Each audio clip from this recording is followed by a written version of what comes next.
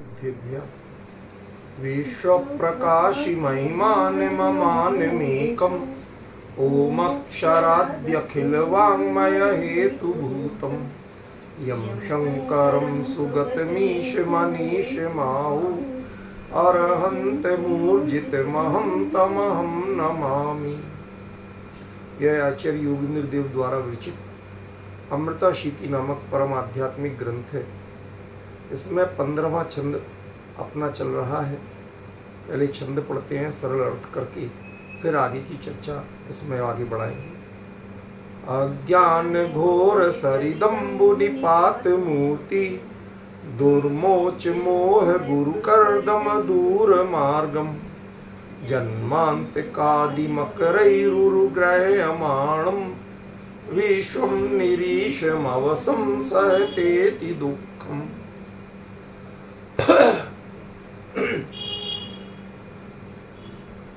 अज्ञान रूपी भयंकर जो नदी है उसके जल में पड़ी हुई मूर्ति के समान और जिससे छूटना कठिन है, जो छोड़ता नहीं है, ऐसे मोह रूपी भयंकर दलदल में फंसने के कारण जिसे छुटकारे का मार्ग या मोक्ष का मार्ग बहुत दूर है, तत्काल मिलता नहीं दिख रहा, और जन्म और मरण रूपी या जन्म और मरण आदि मगरमच्छों के द्वारा जिसकी जंघा को पकड़ा हुआ है, ऐसा यह विश्व निरीश निरुपाय किसी की मदद से रहित होकर अवशम अपने वश में भी नहीं है, स्वयं पर अपना कंट्रोल नहीं है, ऐसा होकर अति दुखम सहते अत्यधिक दुख सहता है।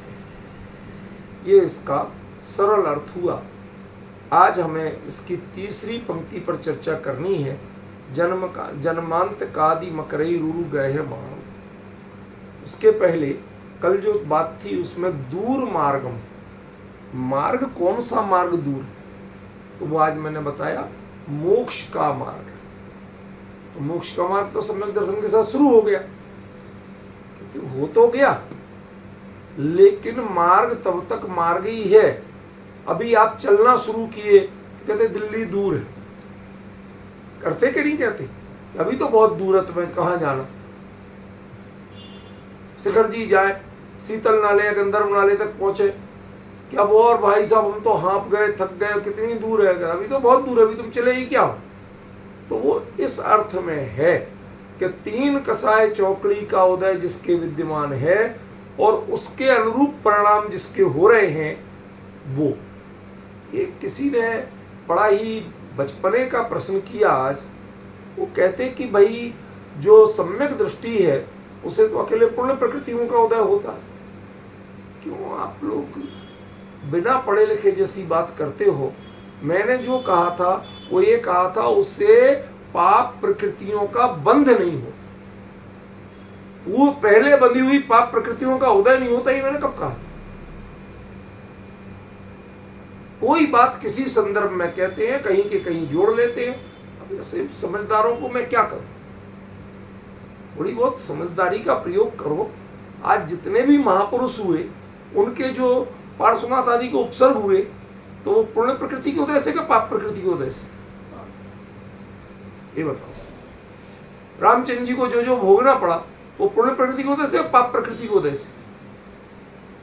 कैसे बचपने की बातें करते हैं, ऊट पटांग प्रश्न करते हैं। थोड़ा तो सोचा करें कि कोई बात किस संदर्भ में कही। क्लियर बताया था मैंने, सम्यक दृष्टि जीव के लिए पाप प्रकृतियों का बंध रुक जाता, पुराने बंधे हुए उदय में नहीं आते, ये मैंने कब कहा था। तो बात को सही संदर्भ में समझना सीखो, ठीक है ना। अकेले प्रश्न करने के लिए प्रश्न ठोकना ये समझदारी नहीं, ठीक है ना। पूरी बात समझो, उसके बाद पूछो तो अच्छा लगे। चलो आगे। तो दूर मार्गम क्लियर हुआ। वो मार्ग बहुत दूर है, मतलब अभी उसे असली मंजिल तो अभी वहां तक तो चढ़ाई नहीं है, असली चढ़ाई तो अब चढ़ना है, ये अभिप्राय है। दूर मार्ग का मतलब तो मार्ग की प्राप्ति दूर है, ये नहीं है, मार्ग बहुत लंबा बाकी है, ये यहाँ अर्थ। समझ में आया कि नहीं आया? क्या अर्थ हुआ? दूर मार्गम का अर्थ क्या हुआ? अभी बहुत लंबा मार्ग बाकी है। उसका अर्थ ये नहीं है कि आपने अभी मार्ग पे चलना शुरू ही नहीं किया। समझ में आया? सिर्फ दूर का सिंपल अर्थ, लंबा रास्ता बाकी, अभी तुम चले ही क्या हो, जो हाँफने लगे, पूछने लगे। ये वहां कहने का अभिप्राय आचार्य देव का है। उसमें कोई ज्यादा मैं विषय के विस्तार में नहीं जाते हुए अब तीसरी पंक्ति पे आ रहा हूं। जन्मांत कादि मकरई रुरु ग्रह्यमाण। इसमें सबसे पहले मैं उरु शब्द पे बात करूं। उरु माने होता है जंघा। तो जंघा जो है वो उसका फंक्शन क्या है? ध्यान रखना, एक नीचे का, घुटने के नीचे का हिस्सा, एक घुटने के ऊपर का हिस्सा। हिंदी वाले घुटने से ऊपर के पैर को जांग कहते हैं, लेकिन संस्कृत वालों में घुटने से निचले हिस्से को जंघा कहते हैं। आपकी जांग और जंघा ये थोड़े अलग अलग हैं। पॉइंट समझ में आ गया कि नहीं आ गया?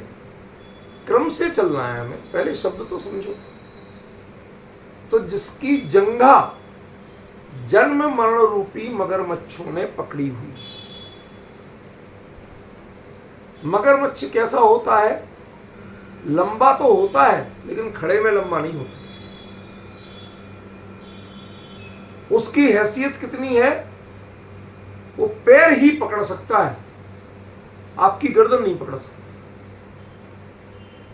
पानी में जो मगरमच्छ लेटा हुआ है, किनारे छुपा हुआ है, किसी भी जानवर की या किसी भी व्यक्ति की, वो जब हमला करता है तो क्या पकड़ता है? जंघा पकड़ता है। अब कोई हिरण आदि मुंह ही डाले तो मुंह पकड़ लेगा, मतलब ये तो मनुष्यों की बात है ना। तो मनुष्य तो पहले पैर रखेगा, तो वो पकड़ेगा तो क्या पकड़ेगा? घुटने से नीचे का पैर पकड़ेगा, पिंडली जिसे बोलते हैं, समझ गया? वो पकड़ेगा, उसको ही संस्कृत में जंघा कहती है। ठीक है? जो चलने का काम है वो असली कौन करता है? ऊपर की जांग ये चलने का काम नहीं करती। आपकी रास्ता जो तय कराता है वो घुटना और घुटने से नीचे की जंघा, वो रास्ता तय कराती है। ऊपर की जो जांग है, जैसे थाई बोलते हैं आप इंग्लिश में, वो रास्ता तय करने का काम नहीं करती। वो तो खाली बॉडी से वहां तक कनेक्शन देती है, जिससे घुटने भी सक्रिय रहे और घुटने नीचे के पैर भी सक्रिय रहे। ठीक है ना? देसी भाषा में घुटने के नीचे जो होता है उसको पैर, पग, कदम, जांग का कभी कदम नहीं माना। कदम किससे माना गया? नीचे वाले। ठीक है ना? अब देखिए, थोड़ी सी बात टर्न होने वाली है, गाड़ी थोड़ी सी टर्न होने वाली है। नीचे के हिस्से को चरण भी तो कहते हैं।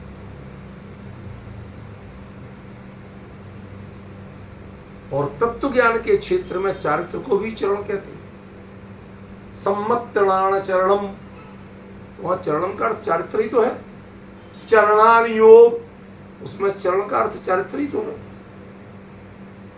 चरणान योग चूलिका, वहां भी चरण का अर्थ चारित्र। कुछ कुछ क्लियर हो रहा है? इसका मतलब है ये चर्चा उन्होंने पकड़ा। किसको पकड़ा? चरण को पकड़ा।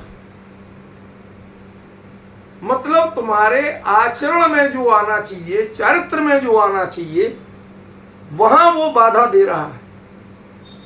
वो श्रद्धान में बाधा नहीं दे रहा, वो ज्ञान में बाधा नहीं दे रहा,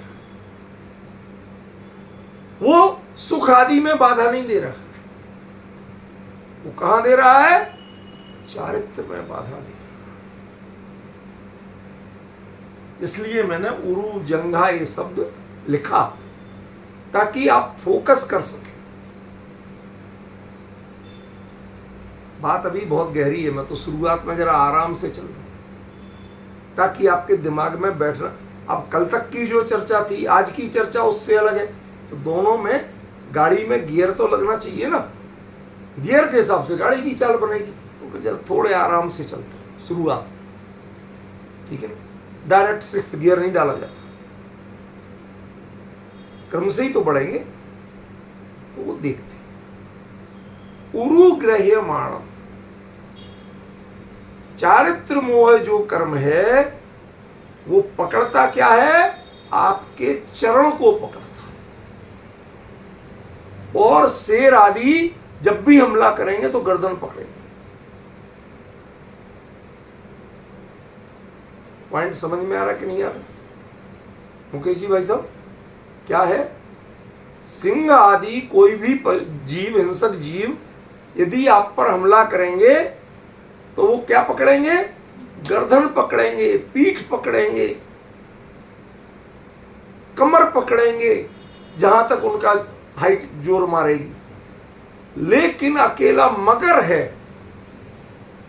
जो पैर ही पकड़ता है। उससे ऊपर तो यदि तुम झुकाओगे पैर के लेवल पे सिर को तो पकड़ में आएगा, वरना कभी वो पकड़ते ही नहीं। उसकी पकड़ ही पैर तक है। क्लियर हुआ? तो चारित्र मोह की पकड़ ही आचरण पे है, आत्मा के बाकी गुणों को वो सीधा प्रभावित नहीं करता।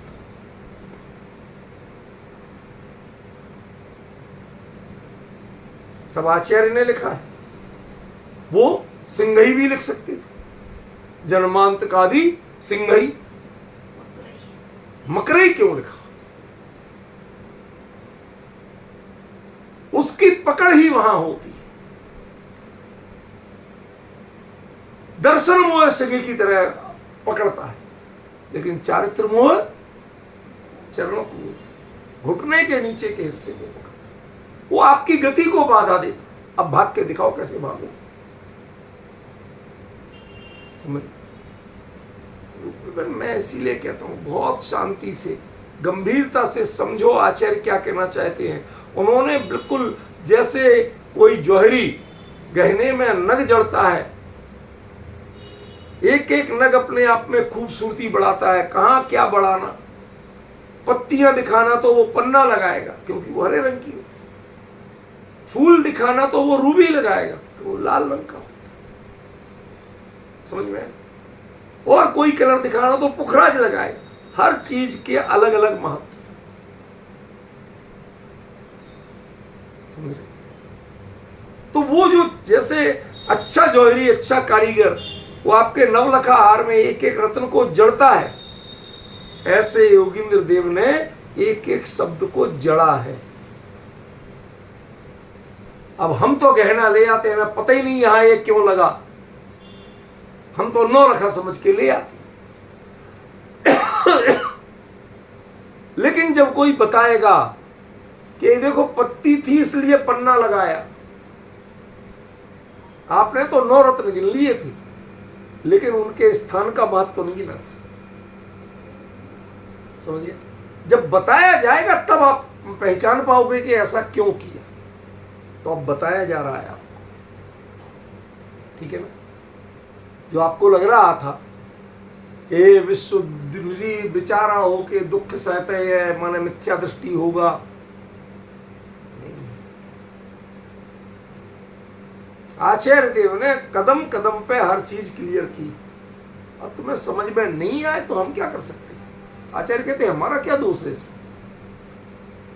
हमने तो साफ साफ लिखा है, थोड़ी आंख खोल के तुम भी तो देखो। तुम आंख बंद करके या कहीं और देखते हुए बात करो, ये नहीं चलेगा। ये आजकल जो मोबाइल है ना, ये बहुत बीमारियां पैदा करता है। वो देखा सोशल मीडिया पे कि एक लेडीज भोजन बना रही, मोबाइल देखते देखते, तो कढ़ाई चढ़ाना थी, प्लास्टिक की टोकरी चढ़ा दी, उसमें घी डाल दिया, उसमें सब्जी भी छोंक दी। अब मसाले जो ही डाले तो वो तो जल गई थी, तो धुआं उठा एकदम, आंख में लगे अरे क्या हो गया। जब देखा उपयोग कहाँ है आपका, उपयोग कहीं और लगाए हो तो जो कुछ करोगे उससे विनाश ही होगा और कुछ नहीं। आचार्य कहते हैं मैंने एक एक बात क्लियर लिखी है, पहले उपयोग वहां लगाओ।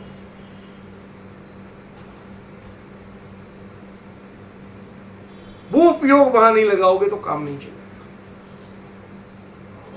समझ गया। उरु ग्रह्यमाण बहुत गहरा शब्द है। गति जितनी मिलती है वो पैर को उसी हिस्से से मिलती है।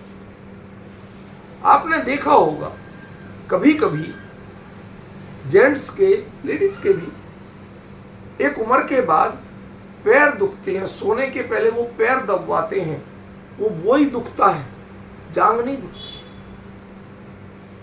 क्यों? क्योंकि चलता वही है, जांग चलती है।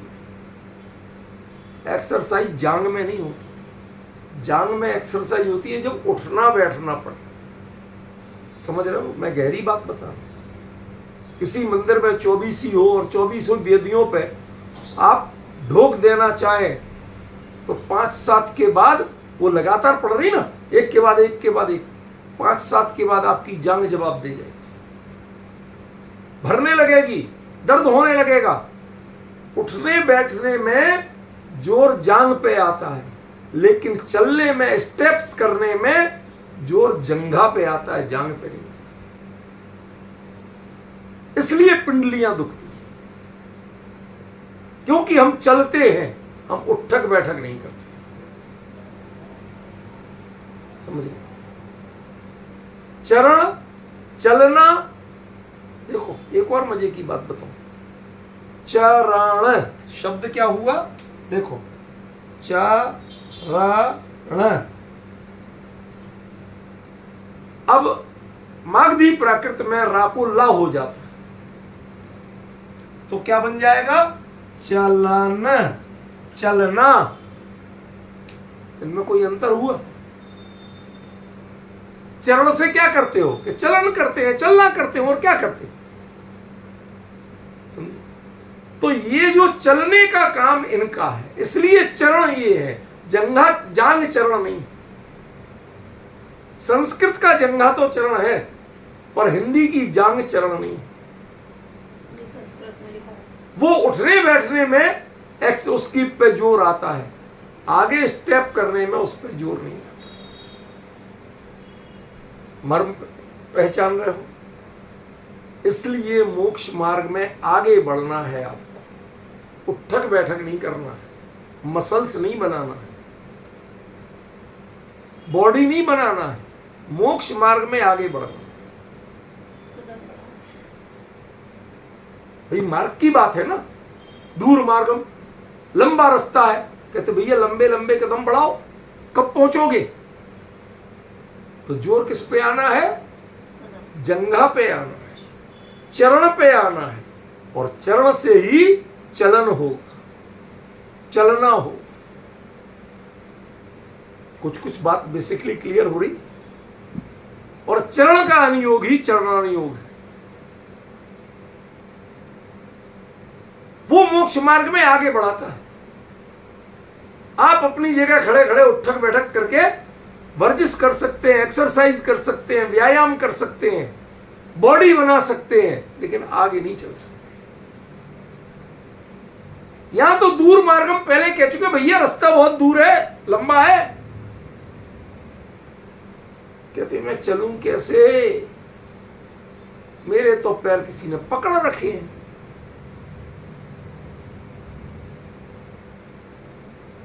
किसने पकड़े अभी बताऊंगा। ऐसा गजब अर्थ मिलेगा आपको कि आप बिल्कुल मतलब ऐसे हो जाएंगे कि ऐसी महिमा आएगी आपको कि योगेंद्र जी थे क्या, जादूगर थे क्या। बिल्कुल कैसे शब्दों को चुन चुन के एक में एक पिरो के रख देते हैं। जब इतनी गहराई में उतरो तो पता चलता है आचार्य ने कितना सोच के लिखा था। नहीं तो हमें पता ही नहीं चलता कि हम उन्होंने आचार्य ने कितना सोच के लिखा। समझिए ना, ये पता ही तब चलता है कि जब गहरे उतरो। ज्ञानियों के अभिप्राय में गहरे उतरना पड़ता। किनारे किनारे चलने में समुद्र पार नहीं होता। अभी बच्चे पूछते मेरे से कि आप बॉम्बे जब पहुंचे थे तो फ्लाइट में 2 घंटे लगे थे, जब आए तो 1 घंटा 20 मिनट लगा, चक्कर क्या? तो मैंने कहा जब गए थे वो बोइंग 737 था, छोटा प्लेन है, वो 32,000 फीट की ऊंचाई तक उड़ता, उसकी स्पीड 600 के लगभग जाती है, 600-650 किलोमीटर प्रति घंटा। लेकिन आए थे वो एयरबस A350 था, बड़ा प्लेन है, वो कम ही ऊंचाई पर नहीं उड़ता, वो 43-45,000 फीट की ऊंचाई पर उड़ता है। जितनी ऊंचाई बढ़ा लो जमीन की दूरी कम होती जाती और स्पीड 800 किलोमीटर हो गई, तो 1 घंटा 20 मिनट में आ रहा है। जाने में 2 घंटा, आने में 1 घंटा 20 मिनट। आपको ऊंचाई बढ़ाना पड़ेगी तब गति बढ़ेगी। नीचे वायुमंडल की सघनता ज्यादा है, आपकी गति नहीं बढ़ेगी। जितनी गति बढ़ाओगे उतनी टकराहट बढ़ेगी, उतनी आवाज बढ़ेगी। फाइटर प्लेन में क्या होता है, इतनी आवाज क्यों आती? गति के कारण आती। नीचे गति बढ़ाओगे तो आवाज आएगी, शोरगुल बढ़ेगा। निचली भूमिका में जब आप मोक्ष मार्ग की ओर गति बढ़ाना चाहोगे तो घर में कलह बढ़ेगी। आप कह दो कि 10 दिन हम महाराज जी जैसा भोजन करेंगे, तो वो कहेंगे भाई जैसा हम बना रहे वैसा कर लो तो करा देंगे, और तुम्हें प्योर महाराज जी से अपना बनाओ और खाओ, हमारे बस का नहीं। क्यों होगा ऐसा? क्योंकि आपने कलह पैदा करने की कोशिश की। निचली भूमिका में गति तो बढ़ाना चाहिए, पहले अपनी ऊंचाई बढ़ाइए फिर गति बढ़ाइए। अंतर समझ में आ रहा है कि नहीं आ रहा कुछ? अब जिन लोगों को प्लेन गति नहीं आता समझ में, तो भाई मैं क्या करूं, मैं तो सरल भाषा में समझा रहा हूं। अब फिर भी नहीं है तो मेरे पास ज़्यादा इलाज नहीं है, दृष्टांत मेरे पास सीमित ही होते हैं और दृष्टांतों के लिए नहीं बैठता हूँ। वो तो जो समझ में आता है उससे समझाने की कोशिश करता हूँ, ठीक है। तो अपने को जितने निर्भर अवस्था में लेके जाओगे गति आपकी अपने आप बढ़ेगी, और जितनी संघर्ष की अवस्था में रखोगे, नीचे रखोगे, उतनी गति घटेगी, और जितनी बढ़ाओगे तो उतना शोरगुल बढ़ेगा। 43-45,000 फीट की ऊंचाई पे आए, कानों में कुछ नहीं हुआ, पता ही नहीं चल रहा था जैसे प्लेन उड़ रहा है या आवाज होती। और 32,000 फीट की ऊंचाई पे गई थी, पूरे समय कान में घनघन होती रही, कुछ हो रहा है। उतरते चढ़ते जैसे हवा भर गई हो, वैक्यूम बन गया हो। क्यों नहीं हुआ? आप किस लेवल पे हो पहले वो देखो, समझ गए? इन बातों का महत्व है बहुत। तो आचार्य देव ने जो बात कही है उसका संकेत समझो। तुम्हारा क्या पकड़ रहे हैं? पैर पकड़ रहे हैं, जबड़े में उनके पकड़ा हुआ है। क्या पकड़ा हुआ है? पैर पकड़ा, पेट नहीं पकड़ा हुआ, गर्दन नहीं पकड़ी हुई, पीठ नहीं पकड़ी हुई, ले दे के क्या पकड़ा? पैर पकड़ा। अभी आगे जो चर्चा आएगी आपसे पूछूंगा मैं खास तौर पर, और मुझे गारंटी से विश्वास है कि शायद उतना एक्यूरेट पॉइंट नहीं पकड़ पाऊं। अरे मुझे नहीं आया था पहले पकड़ में, आपका क्या दोष कहूंगा भाई? पहले अपन 4 दिन से चर्चा कर रहे हैं इस पे, पहले मुझे पकड़ में नहीं आया था, मैं खुद कह रहा हूं। वो चीज आज जो खुलासा हुई है, यहां आके बैठ के 15 मिनट पहले बैठ जाता हूं मैं, जो एकदम जैसे अच्छा कोई कान में आके फूंक जाता हो ऐसा लगता है। आप लोगों को लगता है टोटके में टोटके विश्वास नहीं करता हूं, पर अचानक कोई चीज दिमाग में कौंधे, जैसे कोई बता गया हो। सोचने वाला तो रोज मैं ही था, क्षोभसुम का प्रयोग करता था। अब लगता है कि क्षोभसुम से समझ में नहीं आता, जब समझ में आना होता है तब समझ में आता है। वो दिमाग का प्रयोग तो, बुद्धि का प्रयोग तो रोज करता था, लेकिन वो चीज जो आज समझ में आ रही कल तक नहीं आई थी, क्यों? समझे? शिवोपम तो वही का वही। सुनो, उरु ग्रह माणम पहले पकड़ लो, उन्होंने ऊपर नहीं पकड़ा है। और जरा खुलासा करो, कल की चर्चा से आज की चर्चा का अंतर बता दूं। सुनो, चरण पकड़े जा रहे हैं, 1/4 हिस्सा छूटा हुआ कितना है? 3/4 हिस्सा। और कल क्या आ रहा था? 3/4 हावी हो रहा है और 1/4 बचे हो। कल से आज में एकदम अंतर आया। ये अंतर किस बात का है? ये अंतर सम्यक दर्शन के महत्व का है कि तुम्हारा अनंत संसार घटके महा बिगड़ोगे तो अभी 2000 सागर से ऊपर नहीं जाना।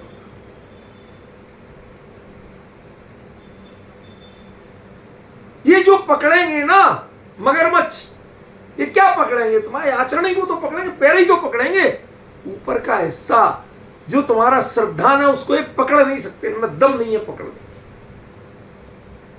इनकी हाइट नहीं है उसे पकड़ने की।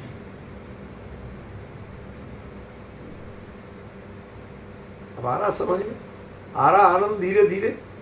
कहां चलना था हमें, कहां चल रहे हैं, आचार्य कहां ले जाना चाहते थे और हम कहां विचरण कर रहे थे। आ रहा डिफरेंस ख्याल में? उरु ग्रह मानो, वो पैर पकड़ रहे हैं, हर बार झपट के पैर पकड़ रहे हैं, हर बार कोशिश करते हैं पर पैर के अलावा पकड़ में नहीं। पैर पकड़ के यदि पानी में ले जाए तो फिर तो सब पकड़ में आ जाएगा, लेकिन जब तक उसे कोशिश करना पड़ रही है, झपटना पड़ रहा है, तो पकड़ में पैर ही आएगा। जब तक आप खड़े हो पकड़ में पैर आएगा। जब आप स्वरूप के आलंबन से खड़े हो तो वो आपके चरण को ही, आचरण को ही, चारित्र को ही पकड़ सकता है। वो कभी भी आपके श्रद्धान को पकड़ सकता नहीं है, उसको विकृत कर सकता। मोक्ष मार्ग में कर्म के उदय की दृष्टि से जब देखेंगे कि कर्म कितना सता पाता है, तो सम्यक दर्शन के बाद 3/4 आजाद है और 1/4 कमजोर है। और कल क्या कहा था? 3/4 कमजोर है और 1/4 है। वो कर्म की अलग अलग दृष्टियां हैं, कल की चर्चा आज नहीं करूं, ठीक है? अब अगले पॉइंट पे आऊं, थोड़ा पूछूंगा आप लोगों से। इसमें क्लियर शब्द दिया है मकर। मकर माने मगरमच्छ, और वो ही है। फिर इसमें क्या नया अर्थ हो सकता है बताओ भाई? साफ शब्द दिया मकर, और मकर का अर्थ मगरमच्छ ही है, कोई भ्रम नहीं है, कोई दूसरा अर्थ नहीं, ठीक है ना? फिर और क्या गहराई हो सकती है ये बताओ। मैं बता चुका हूं, पहले नहीं आज अभी बता चुका हूं, आप पकड़ नहीं पाए। मगर, अगर मगर, हम अगर मगर में अटक जाते हैं, चारित्र को अंगीकार नहीं करते।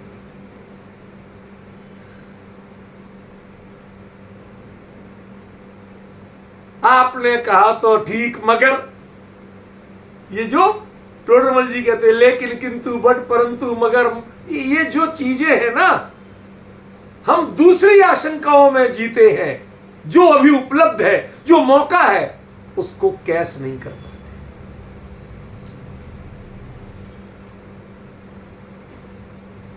चारित्र मोहिनी कर्म काम कब करता है? कि जब आप अगर मगर में उलझते हैं, एक क्षण में पुरुषार्थ करके बढ़ जाए तो कौन रोक लेगा? वो पकड़ता ही तब है, वो मुंह मार पाए उसके पहले अपना पैर कूद जाओ।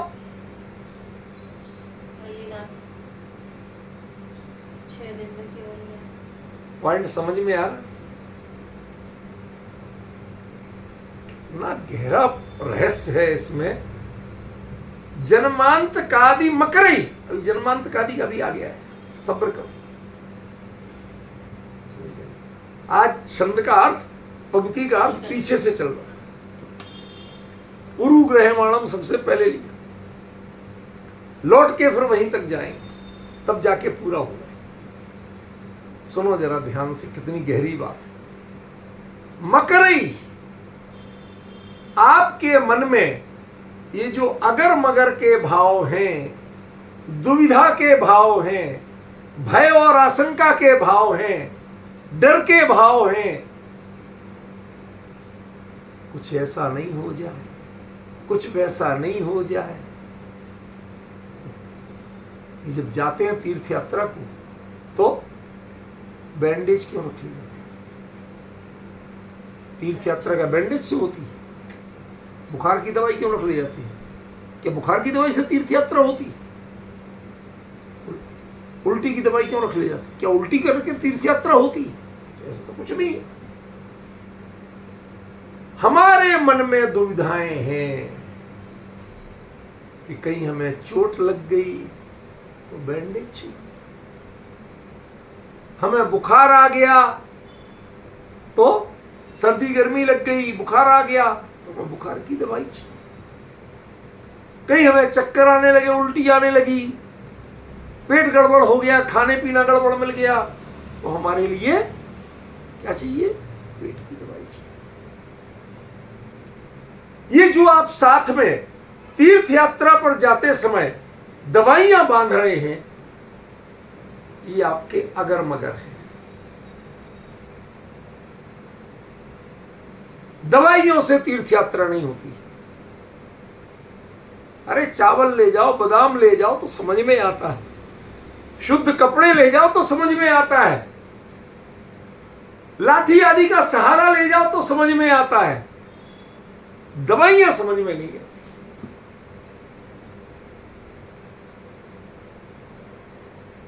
आपके भाई साहब, ये ऊंची ऊंची बातें करना बहुत आसान है, प्रैक्टिकल देखो तीर्थों की स्थिति कैसी कैसी है।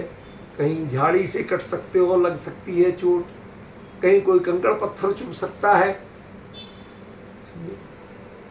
आपको याद होगा रूपल में अपन साथ में थे ना, तारंगा जी, तो तारंगा जी में दूसरे पहाड़ पे मैं चढ़ गए। आप तो थोड़ी लेट आई थी, हम चढ़ गए। अब चढ़ के जो उतर रहे, यार पैर अचानक एक पैर काम क्यों नहीं कर रहा, रखे ही नहीं जाए, एड़ी में नीचे दर्द हो, समझ में नहीं आया क्या हो। नंगे पैर चल रहे उसमें क्या होगा, कुछ समझ में नहीं। और ज्यों ज्यों चले त्यों त्यों दर्द बढ़े। क्या हुआ भाई, समझ में नहीं आ रहा। अब वो क्या था कि ऊपर जो मंदिर था वहां पर किसी ने बादाम चढ़ाए होंगे, तो बंदर बादाम लंगूर तोड़ तोड़ के खा रहे थे, छिलके यूं फेंक देते थे। अब वो जो छिलके हैं उनमें तो कई सारे कांटे निकल जाते थे, भाई बंदर ने काटा, ऐसा फेंक दिया। तो कोई ऐसा पतला चपटा छिलका जिसके चारों ओर कई कांटे से उगे थे, निकल रहे थे, उस पे पैर पड़ गया। वो पैर वहां थोड़ी देर खड़े रहे, इधर उधर देखते रहे, तो वो वजन से बिल्कुल पैर में अंदर तक धंस गया। अब वो धंस गया, उसके बाद चल रहे तो अब एड़ी पे और जोर पड़े चलने में। भाई एक कदम जोर नहीं लगा इस पे तो अगला कदम नहीं बढ़े, तो ज्यों ज्यों चले त्यों त्यों दर्द बढ़े, क्योंकि वो और अंदर धंस रहा, मांस में, चमड़े से अंदर जा रहा। तो जितना अंदर जाएगा उतना दर्द होगा, उतना ही चलने में बाधा होगी। तो कैसे हुई? बाद में पहचान में आया कि ये तो छिलका घुसा हुआ है बादाम का, वो निकाल दिया। 2-1 मिनट तक तो लगा दर्द, कुछ नहीं, आराम से चलते यार। ये डिफरेंस समझ में आ रहा है कि नहीं आ रहा है? क्या कह रहा हूं? इस अंतर को समझना पड़ेगा। तुम्हारे अंदर कौन सी शल्य घुसी हुई है? असल शल्य वो है जो तुम्हें दवाई लेके गई थी। जिसने तुमसे दवाई रखवाई थी। तीर्थ यात्रा के लिए तीर्थ यात्रा की सामग्री रखने से पहले आप सब तरह की दवाइयां, मेडिकिट पहले बनाते। यह है अगर मगर, यह है आशंकाएं।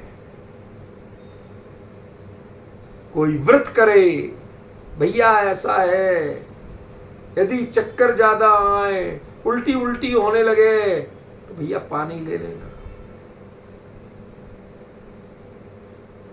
अरे तुम्हारे परिणाम अंदर में विशुद्धि को प्राप्त होंगे, इसका चिंतन नहीं किया। देह की विकृति होगी, इसकी चिंता की। तुम्हारे मोक्ष मार्ग की साधना जो थी वो कहां हो रही थी? अंदर के परिणाम। और आप चिंता किसकी कर रहे थे? देह की परिणति की। ये अगर मगर कौन कराता है? देह की परिणति अगर मगर कराती है, अंतरंग की परिणति अगर मगर नहीं कराती है। अंतरंग में तो भाव हुए और निकल जाओ दीक्षा। अब तुमने दीक्षा लेने के पहले तुमने अगर मगर सोचा कि बच्चों का क्या, बिजनेस का क्या, और मेरी भी अब इतनी उम्र हो रही, इतनी उम्र में लूंगा, कहीं कल के दिन ये जो संक्लेश हैं,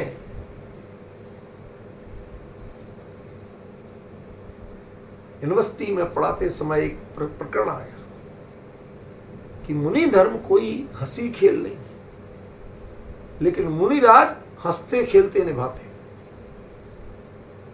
मुनि धर्म हंसी खेल नहीं है, लेकिन मुनिराज हंसते खेलते निभाते। क्या मतलब? मैंने कहा, हमने कहा हम लोग यदि ये ब्रश मंजन नहीं करें तो रात को सो नहीं पाते, दांतों में जर्म्स पैदा होते, चीसते, दर्द होता है, धीरे धीरे ब्लीडिंग गम्स वगैरह होने लगती, प्लाक जमा होने लगता है। और मुनिराज तो जिंदगी भर अदंत धोबन, वो सही कैसे रहते, उनके दांत सही कैसे रहते? आजकल जो होने लगा ना, वो मुनि धर्म नहीं है। वो बाकायदा एक को हमने पता चला कि वो तो सेंधा नमक और सरसों का तेल लेके रगड़ रगड़ के करते हैं। ये दंत धोबन आपने कर लिया, दंत धोबन रहा ही नहीं आपके। जो असली मुनि धर्म है उसके लिए दंत धोबन की जरूरत ही नहीं। क्यों? उसकी मैंने थे कोई मुनि पंथी आए हुए थे, उनको मैंने साइंस समझाई। हमने कहा देखो, मुनि धर्म में साफ साफ लिखा है कि आहार कैसे लेना। वो पढ़ाना वड़गाना छोड़ दो।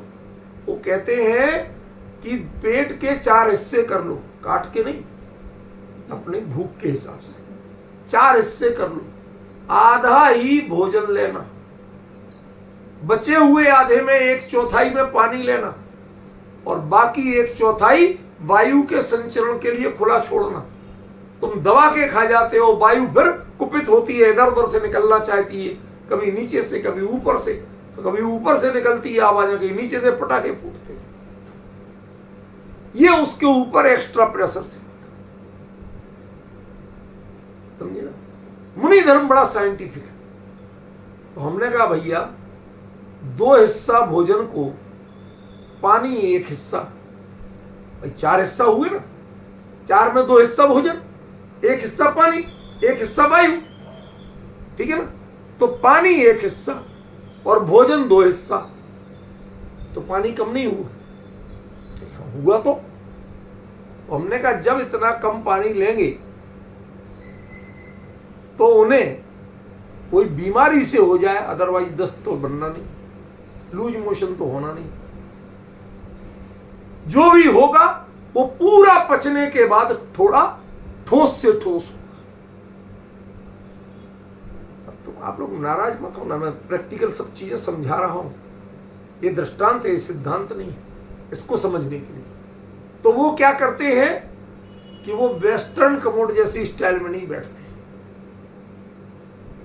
इंडियन कमोड जैसी कमोड नहीं यूज करते। ये नहीं अर्थ मत लगा लेना, स्टाइल बता।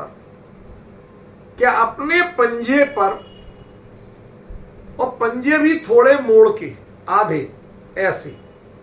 इस पर उन्होंने बैठना, घुटने के पास ये दोनों, ये गोदुग्धी मुद्रा कहलाती है, ऐसे करके और घुटने के पास ऐसे रख लिए हाथ, अपने को पूरा सीधा, रीढ़ की हड्डी बिल्कुल सीधी, बैलेंस बनाया, जबड़ा भींच लिया दांत पे दांत, और उसके बाद ब्रेन इधर से आदेश देता है, पूरा जोर लगता है, वो जोर जबड़े पे बढ़ता जाता है और नीचे मल निकलता जाता है।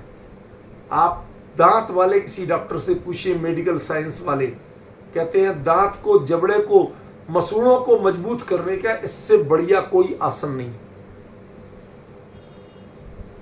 जो ऐसे करे उसके जबड़े, दांत वज्र की तरह मजबूत हो जाते, उनमें कोई बीमारी नहीं लगती। अब बताइए, मुनिराज को दंत धोवन की जरूरत है? अब डिफरेंस समझ गया? वो सुनते, वो पक्के मुनि भगत, पक्के मुनि भगत, दिन रात उनकी सेवा। आज मैं जाके बताऊंगा महाराज ऐसे किया जाता। कहने का मतलब क्या है? ये दृष्टांत क्यों दिया आपको? आप अपनी प्रोसेस से बढ़िए, आप शरीर की मजबूरी से मत बढ़िए।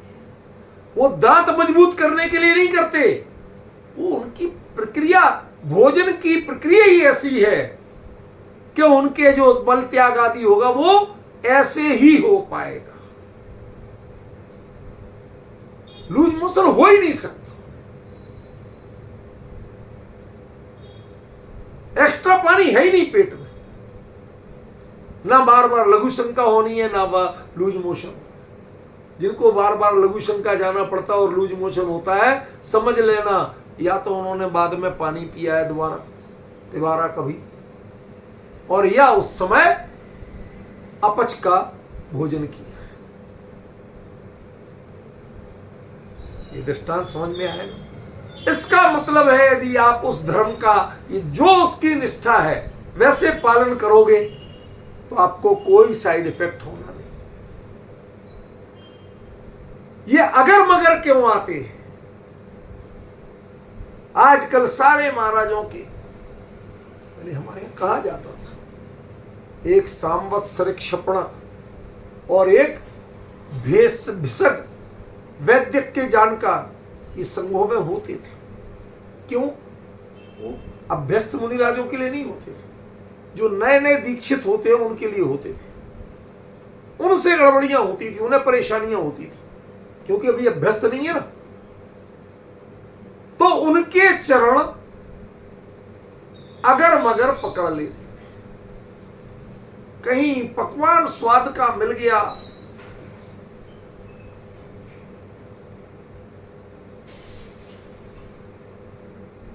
पता है मुनिराज को, आप ऊनो दर करके एक ग्रास लेके, एक दाना लेके जल ले लें, ये हो सकता है, वो तप का अंग है। लेकिन नॉर्मली मुनिराज उनको 32 ग्रास कहेंगे। एक रोटी के नॉर्मली 8 ग्रास बनते हैं, तो 32 ग्रास में कितनी रोटी हुई? 4। इसका मतलब कोई भी मुनिराज 4 रोटी से ज्यादा तो ले नहीं सकते। बड़ा ग्रास लेंगे तो गड़बड़, समझ गया? 4 रोटी से ज्यादा नहीं ले सकते। अधिकतम डाइट उनकी होगी तो 4 रोटी की होगी, उसी हिसाब से आधा पानी होगा और बाकी वायु की। ये जो जीवन शैली जिसने अपनाई, उनके ऐसे निहार की मुद्रा रहेगी, विधि रहेगी, तो उनके दंत पंक्ति, ये सब चीजें एकदम वज्र जैसी मजबूत रहेगी। समझ गए? ये तो हुआ दृष्टांत। अब आओ सिद्धांत पे, कि जिनके, जब उन्हें आशंका हुई नहीं कि मैं पकड़ा जा रहा हूं, किससे पकड़ा जा रहा हूं? बोल आज मैं क्या कहूं आपको। कई बार लगता है मुझे कि ये गद्दी बुलवाती है, मैं नहीं बोलता।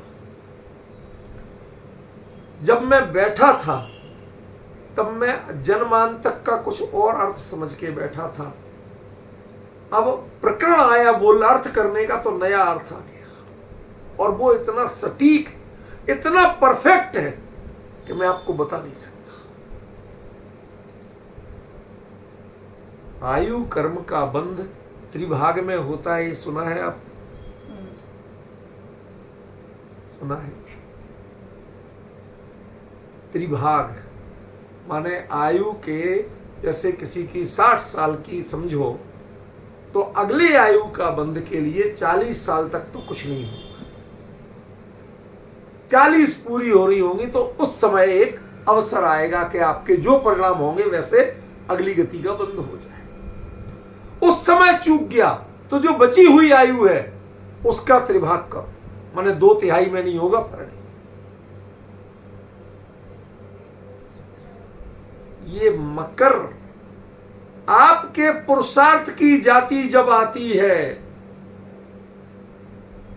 जिस समय आपको निर्णय करना चाहिए, 2 टूक बहुत रह लिए संसार में। अब तो ये मनुष्य जीवन इनकी नौकरी के लिए नहीं है, मनुष्य जीवन मेरे अपने आप को सार्थक बनाने के लिए।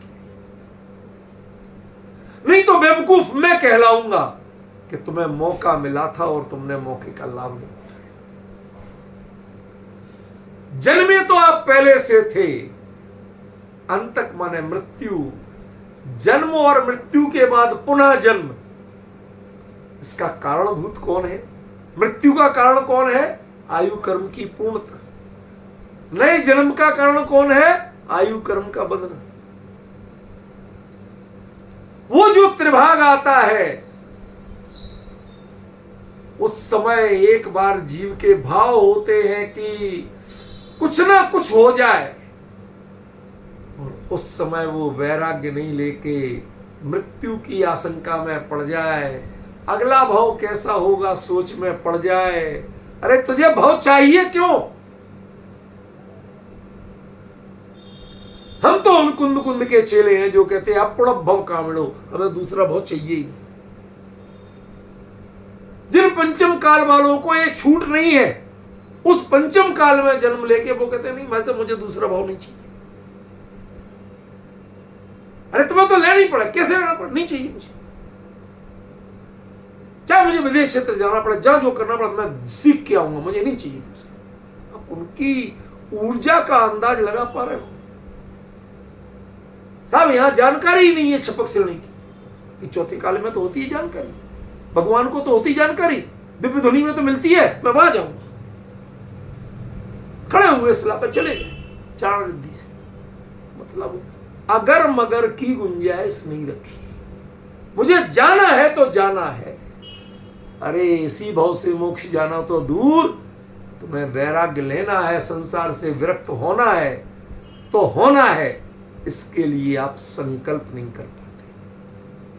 कभी कभार मौका आता है जब आपको एक बार भाव उमड़े और उस समय ये अगर मगर आके आपके चरण को पकड़ लेते हैं, चरण को मोक्ष मार्ग में नहीं बढ़ने देते हैं। श्रद्धान तो मोक्ष मार्ग के अनुकूल है, लेकिन चरण मोक्ष मार्ग में ठिठक के रह जाते हैं, क्योंकि किसने पकड़ा? अगर मगर ने पकड़ा।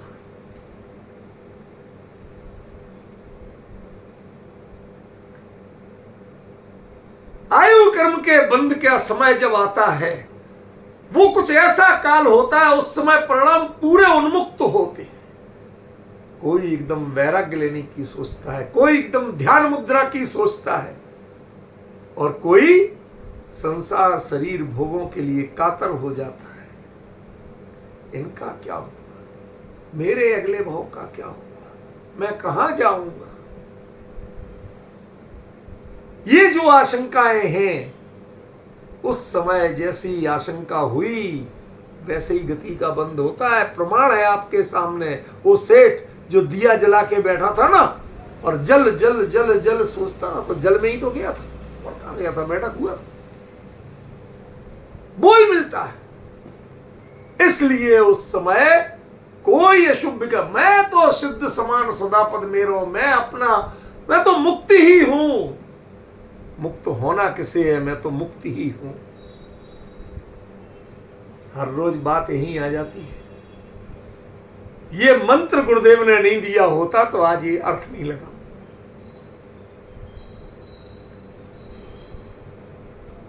प्रभु मेरे तू सब बातें पूरा, पर की आश कहा करे चेतन, कई बातें तू अधूरा। वही गाने वाले मिले, हमें तो समझ में नहीं आता था। हम संसारी, हम ऐसा कैसे कर सकते।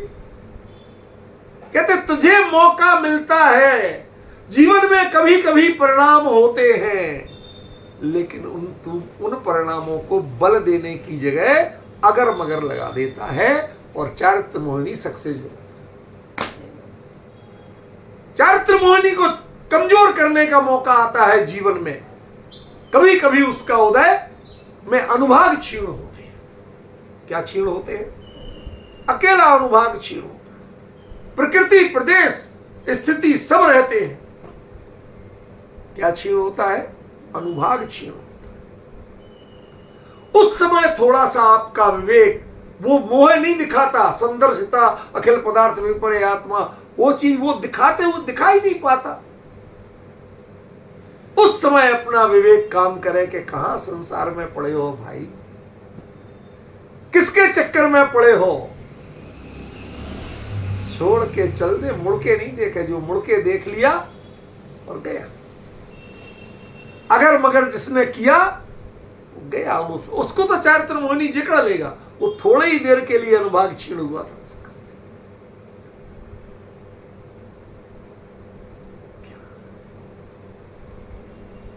अगला जन्म, यहां का मरण, इन दोनों की दुविधा तो पल में समझ में आ गई। क्या कह रहे हैं आचार्य देव? वो आयुबंध में जो क्षण भर का पुरुषार्थ का काल आता है, उसकी स्थिति एकदम उन्मुक्त होती। उस समय आप कहां जाते हो, आप चुनते क्या हो। आपको मौका मिला है, चुन लो। समझे? क्या चुनते हो? अगर मगर चुनते हो, दुविधा चुनते हो, या चढ़ जाते हो। कई बार ऐसा होता है, आपको सोचने का समय नहीं है। सामने ट्रेन जाती हुई खड़ी है, जाए कि नहीं जाए, रिजर्वेशन तो है नहीं, ये नहीं। तुमने कुछ सोचा, उतने में तो स्पीड पकड़ ली। मेरा चलो चले चले। कहां चलोगे? पुलिस वाला पकड़ के रोके, कहां मरेगा क्या? तब क्यों नहीं चढ़ा जब वो यहां खड़ी थी? मैं थोड़ा सोच रहा था। जिसने चारित्र ग्रहण करने में सोच विचार किया, अगर मगर किया, चारित्र मोहिनी उसके पैर को जकड़ लेता है। चल के दिखाओ।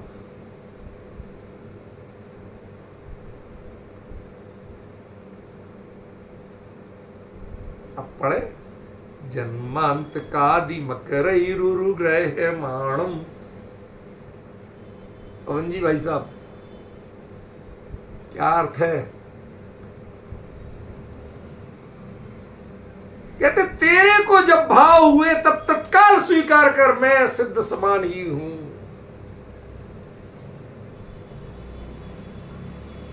ज्ञानी समझाते हैं तू कई बातें अधूरा, तो सब बातें पूरा है।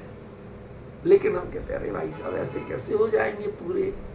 कहीं कपड़े पहने पहने मोक्ष होता है क्या? कपड़े तूने पहने कब? तूने तो शरीर भी नहीं पहना। तू तो उससे भी भिन्न है। तू अपने रूप का विचार कर। तू इसका विचार क्यों करता है? समझ रहे? किसका विचार कर रहा? पड़ोसियों का विचार कर रहा, पड़ोसियों के रिश्तेदारों का विचार कर रहा, अपना विचार नहीं कर रहा। समझे कि ये अगर मगर की कल्पना, ये दुविधा, आशंका, ये आपको जो क्षण भर में चारित्र मोहिनी के प्रति क्रांति का निर्णय ले सकते थे, वो उसको खत्म कर देता है। इसलिए आचार्य देव ने लिखा है जन्मांत कादि मकरई उरूर गहमा। वो तुम्हारी जंघा पकड़ता है, चरण पकड़ता है, आचरण पकड़ता है। कौन? ये अगर मगर पकड़ता है। ये अगर मगर किस भाई, ऐसे हम दीक्षा तो ले ले, कहीं बुखार आ गया तो दवाई तो लेना नहीं। 24 घंटे में एक बार भोजन पानी, उसमें भी कभी कभी उपवास करना पड़ता है। तो अभी तो हमें दिन में 2 बार चाहिए ही चाहिए, बीच में भी कुछ फल फलारी चाहिए है? पानी तो और पीते ही रहते हैं। बन गए तो बन तो जाए, कैसे होगा? अरे वो धर्म अपने आप निभेगा, सबको निभता है। जो उस परिणति को अंगीकार करते हैं सबको निभता है। ये सब लड़कियां सास के नाम से बहुत डरी होती। सास ननद इनके लिए ऐसी लगती है जैसे कोई पता नहीं क्या है, लेकिन सब ससुराल जाती हैं और सबकी निभती है। समझ गया? सबकी निभती है, कहीं नहीं बिगड़ती है, सब एडजस्ट हो जाता है। पहले डरते हैं कैसे करेंगे कैसे करेंगे, जब बीतती है तो सबकी बीत ही जाती है। कुछ नहीं होता है। कैसा चल रहा है बेटा? मस्त चल रहा। मैंने सबको लेन पे लगा रखा। ये ऐसे शब्द तकरीबन सब लड़कियां बोलती। शादी के साल 6 महीने बाद, 2 साल बाद, 4 साल बाद, कोई कितने देर में बोलती है, पर इस बात पे आ जाती है। सब बिल्कुल सेट कर रखा। क्या सेट कर रखा है? मैंने अपनी चाल नहीं बदली है, उन सबने चाल को एडजस्ट किया। सारे कर्म आपके मोक्ष मार्गी की चाल से एडजस्टमेंट करते हैं। आप अपनी चाल के हौसला तो रखो। आप तो डर के मारे जाने नहीं चाहते।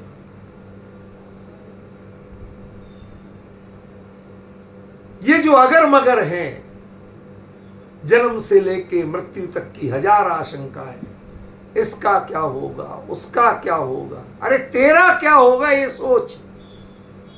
यदि तूने अभी वैराग्य नहीं लिया, अभी चारित्र अंगीकार नहीं किया, तो तेरा क्या होगा ये बता पहले। यदि अवसर चूका तो भव भव पछता।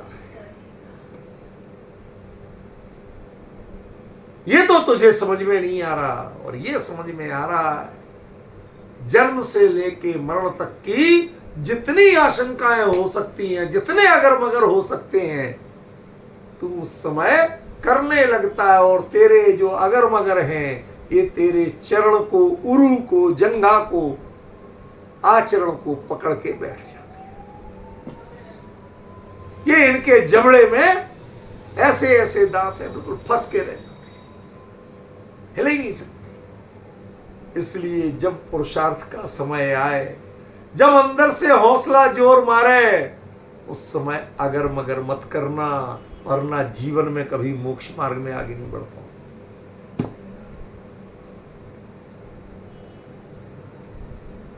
आचार्य ने तो जितना कहना था रूपल बहन कह लिया, और मेरे को भी अभी फिलहाल जितना कहना था कह लिया।